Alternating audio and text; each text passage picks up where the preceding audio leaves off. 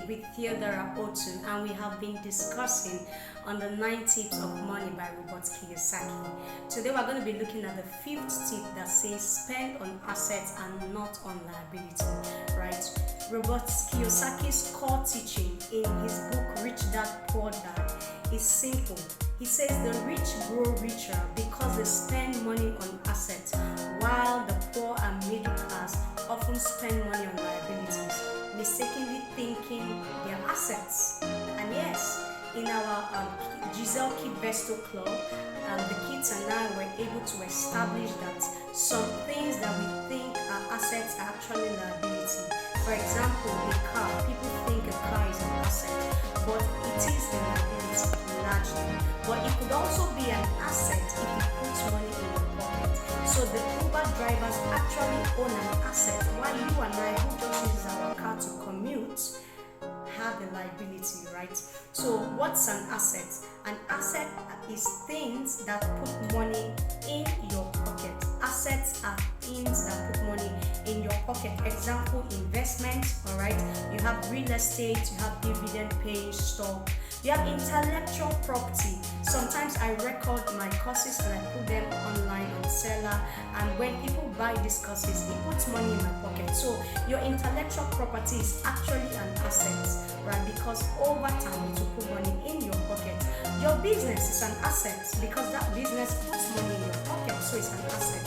Now, over time, assets generate cash flow, and then they grow your wealth ultimately. They generate cash flow, and cash flow means that it's continuous, right?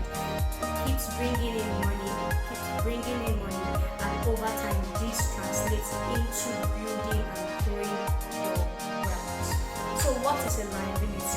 Liabilities are things that take money out of your pocket. Example, car loans, right? Credit card debts, right?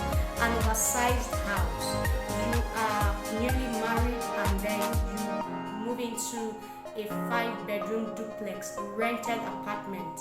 That is a very big liability because you'll be sleeping in only one room. A 2-bedroom, a 3-bedroom is still okay. You'll be sleeping in only one room, right? So what happens to the remaining 4?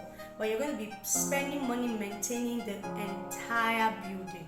So it's taking money out of your pocket. That makes it a liability. But that's oversized house can equally be an asset if you sublet the other spaces. It becomes an asset. So when you also have a lifestyle, an expensive lifestyle, that's a liability.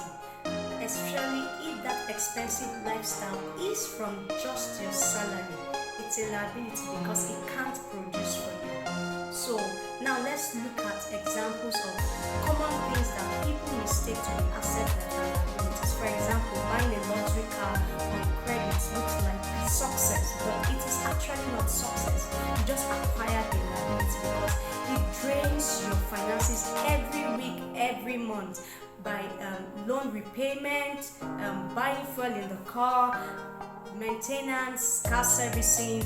All these things are taking money from your pocket. But what if you instead buy a rental property where you're giving out like Airbnb, your space at a price? It puts money in your pocket. Or you're investing in dividend stock. It creates income streams that can eventually pay you for that car that you went to borrow money to buy. So the principle is that you invest in assets that will generate the funds that you will now use to buy the liability without having to touch your salary. Because if these assets generate the funds to buy the car, you are still gallant for the rest of the month. But if you have to gather your salary to buy a car, you will now be struggling to flood the car. You're struggling to maintain your expenses for that month, or maybe even for 2-3 months, right? So the principle of assets generating income is that it generates the funds that you use to fund your lifestyle, that you use to buy the car, that you use to buy the big house, that you use to pay the rent for those oversized apartments. Okay, now Kiyosaki stresses that the key to financial freedom is prioritizing assets first. So instead of upgrading your lifestyle every time that you have a salary increase, every time that your income grows, direct that extra money into assets. Let your assets generate the cash flow that you now use to maintain the lifestyle that you want. Only then can you use cash flow to fund liabilities or luxuries. So if I have an asset generating income, I can now use it to fund my lifestyle or luxuries, right?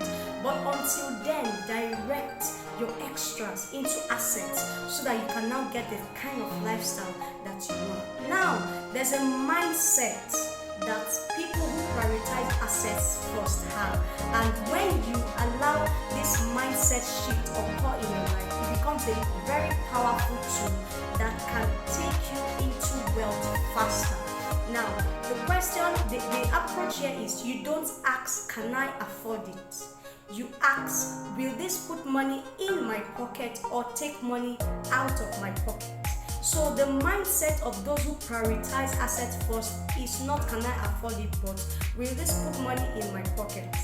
Now the answer will determine if you should go ahead and acquire that thing or not. So when you keep operating in this mindset, over time you build a life of assets. Your life of assets is so built up that it secures your wealth, it secures your financial freedom, and ultimately gives you independence to live the kind of lifestyle that you desire. So from now, I want you to begin to have a mindset shift anytime you go out to buy something.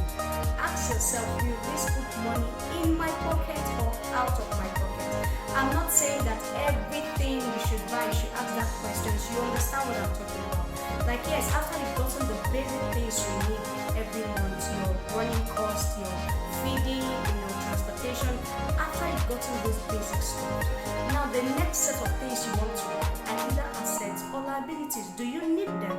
Will they put money in your pocket over time, or will they take money out of your pocket? That should be your approach when you're acquiring things that are not basic necessities. My name is Theodora Otu, the Money Woman, and don't you forget, I'm always rooting for your financial success. I hope you take these lessons and practicalize them and see the difference between you now and in a year